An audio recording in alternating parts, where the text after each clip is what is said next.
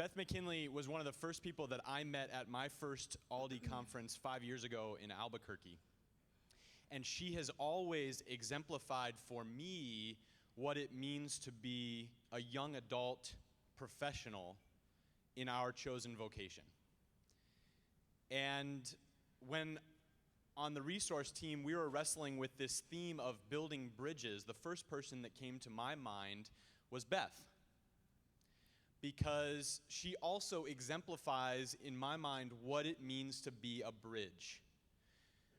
She has now not only been someone who has been mentored and brought along in her career by others, but she now serves as a mentor to others around her, including myself. And so I called Beth about 2 months ago and said, would you talk about some of those key relationships, some of those people who have been touch points for you and who, if not for ALDE, you would not be where you are. And so Beth is going to share that with us. Yeah, that's the part he told me I could talk about. When Mike called me and asked me that question, there were lots of faces and names that ran through my mind. But in particular, there were 3 that stood out, and I'd like to introduce you to them today. The first person that came to mind, thinking way back to the very beginning of my career in fundraising and development, was Dave Coker. I see some nodding heads. And what Dave really showed me and taught me at my very first ALDE conference is that the foundation of my work was really had to be with stewardship and relationship building. And it is on that principle, on that concept, by which I have continued to focus my attention whenever I'm making career decisions, whenever I am talking with donors, and quite frankly, when I'm talking to my friends and my family. So Dave, do you want to stand up and so people know who you are in case they didn't?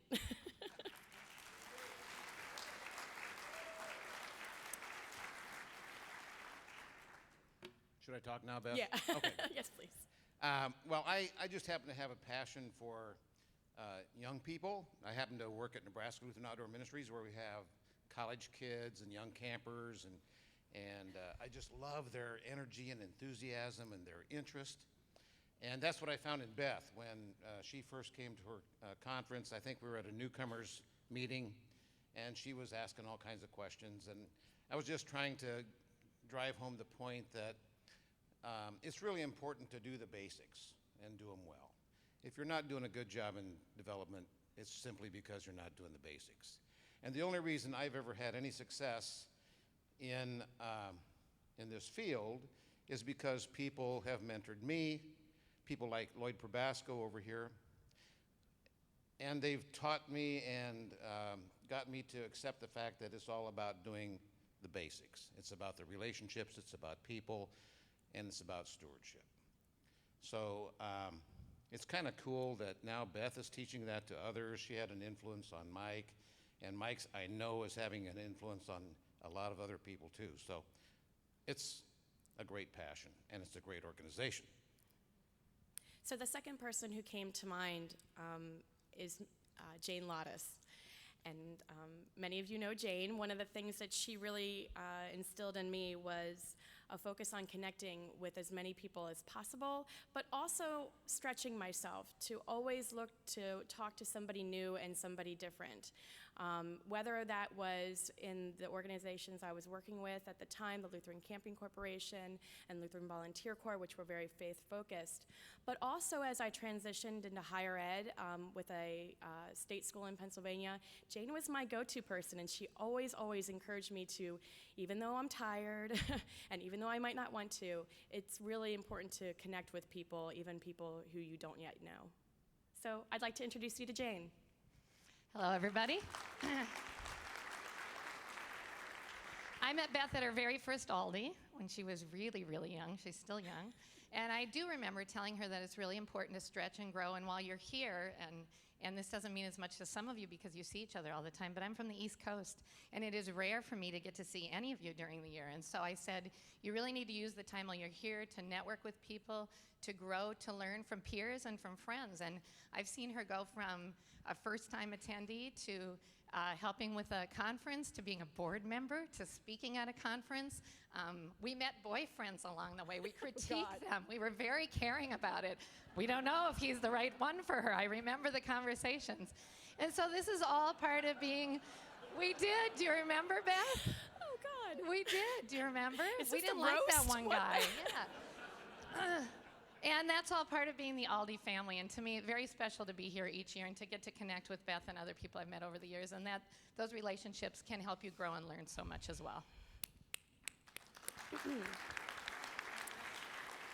So then the third person I want to introduce you to, you know, one of the things that's great is that you learn a lot in the sessions, but it's so critical that when you find that connection with somebody and you're having a really meaningful dialogue, to maintain and keep that going. And that may last throughout the year. It may last from year to year when you come back from other conferences. But the third person that came to mind for me was Dave First. And so it was from that first conference to even last year when I didn't get to come to ALDE because I had a baby. Sorry, got to throw my daughter in there. He always encouraged me, both professionally, but more so as much as personally, to grow in my faith and my vocation and in my call to ministry wherever it was that I found myself. So if that was working with an organization, a faith-led organization, or a or more secular organization, it was critical that I be true to who God has called me to be wherever I am. So I'd like to introduce you to Dave First. Where is he? Oh, there he is. Hi. I'm right here. Hello. It's bright lights up here. I can't. I remember being very impressed by Beth the first time I met her. And I recognized her as somebody that I knew was going to do something really, really great in her career. We never filled out an official mentoring form. We never, reported back what we did. But Beth was one of those people that I wanted to make sure I connected with every year. And so it was more like two friends having a conversation. And I gained just as much from those conversations as Beth did, if not more. And so we talked about everything under the sun, including faith, vocation, and hairdos every once in a while. And split ends. I've learned a lot. The horror. Yeah. So, and now Beth works right where she should work, at Lutheran World Relief. So. Nice plug. Well, many of you know that I really, really love ALDE, and that's because of Coker and Jane and Dave and so many more of you, and I'm not going to name more names because there's just too many to name. But I think what's really important is that you know if you're the first time here, that when you go home, you're not alone. And so wherever it is that you're serving in your ministry, know that you've got a tremendous amount of support and encouragement behind you, and that the people here genuinely care about you as a professional and as a person, helping you to grow in your career and to succeed wherever you are in life. So that's why when I was blessed to work, to join the team at Lutheran World Relief, which makes a really strong investment in its staff for professional development, that my husband and I decided to take the funds that we had been using to send me to this conference when it wasn't paid for by my employer, that we take those funds that we had, quote unquote, saved and direct them to the annual fund.